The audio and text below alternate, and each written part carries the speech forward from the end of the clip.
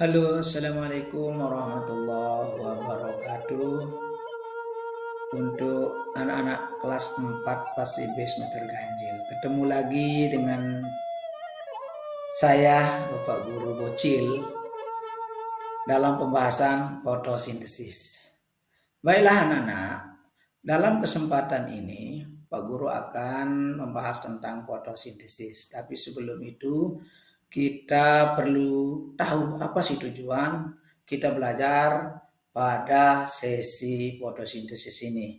Adapun tujuan pembelajarannya adalah agar kita semua dapat mendeskripsikan proses fotosintesis dan faktor-faktor yang mempengaruhinya beserta keterkaitannya dengan makhluk hidup di bumi.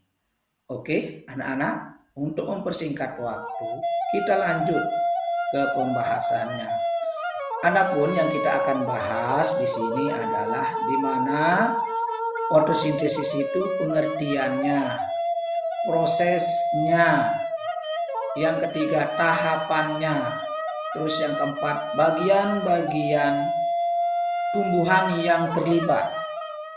Terus yang selanjutnya adalah faktor-faktor yang mempengaruhi fotosintesis tersebut dan gimana keterkaitan fotosintesis itu dengan kita, yaitu dengan makhluk. Adalah proses biokimia yang dilakukan oleh tumbuhan, alga, dan beberapa jenis bakteri yang mengubah energi cahaya menjadi energi kimia dalam bentuk gula atau glukosa.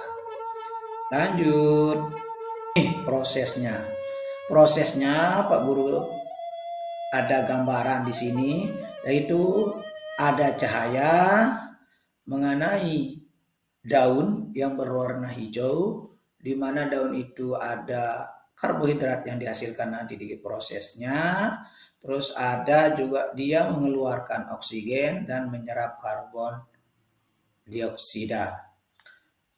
Oke, kita lanjutkan lagi anak-anakku yang semangat ya dalam belajar. Oke, ini ada tahapan proses fotosintesis di mana tahapannya kita bagi dua. Yang pertama ada tahap terang dan ada tahap gelap. Oke, kita bahas satu per satu. Yang pertama, fotosintesis terjadi dalam kloroflas tumbuhan dan melibatkan penggunaan energi cahaya matahari yang menghasilkan ATP. Bahasa ilmiahnya Andersen trifosfat dan NADPH sebagai sumber energi. Energi yang disimpan dalam ATP dan NADPH akan digunakan dalam fase fotosintesis gelap untuk menghasilkan glukosa. Itu adalah tahap gelapnya nanti. Oke, kita bahas tentang tahap gelapnya.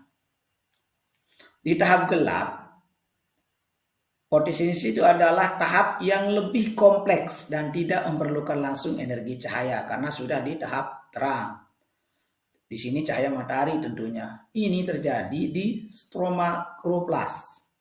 Selama tahap ini, CO2 atau karbon dioksida yang diambil dari udara diubah menjadi glukosa melalui serangkaian reaksi kimia yang disebut dengan siklus Calvin-Benson.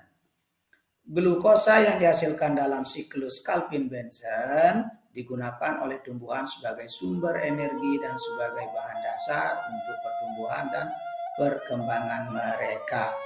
Nah, kita lanjut ke slide selanjutnya anak-anak.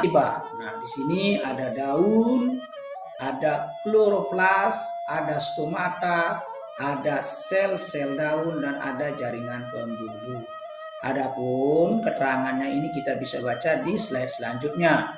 Daun adalah bagian tumbuhan yang paling utama dalam fotosintesis. Kloroflas adalah organel sel yang mengandung pigmen hijau bernama klorofil. Sedangkan stomata adalah pori-pori kecil yang terdapat pada epidermis bagian bawah daun yang mengatur pertukaran gas dengan lingkungan. Sel-sel daun adalah tempat utama di mana reaksi fotosintesis terjadi. Jaringan pembuluh seperti xilem dan fluem membantu dalam transportasi air, mineral, dan glukosa ke seluruh bagian tumbuhan.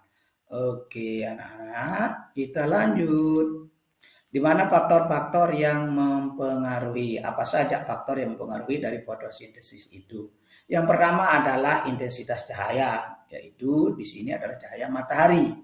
Ada ketersediaan air, ketersediaan CO2, suhu, ketersediaan nutrisi seperti nitrogen, fosfor, dan kalium juga berpengaruh penting dalam fotosintesis. Baik anak-anak, kita lanjutkan.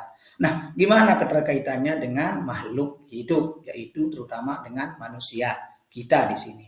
Di mana proses ini merupakan dasar, proses di sini adalah fotosintesis anak-anak ya yang dimaksud. Proses ini merupakan dasar dari sebuah kehidupan di bumi karena dari fotosintesis itu bisa menghasilkan oksigen yang kita hirup, menyerap karbon dioksida yang kita buang lewat nafas dan merupakan sumber utama makanan untuk sebagian besar organisme di planet bumi ini, terutama kita manusia.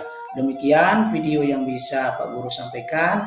Assalamualaikum warahmatullahi wabarakatuh.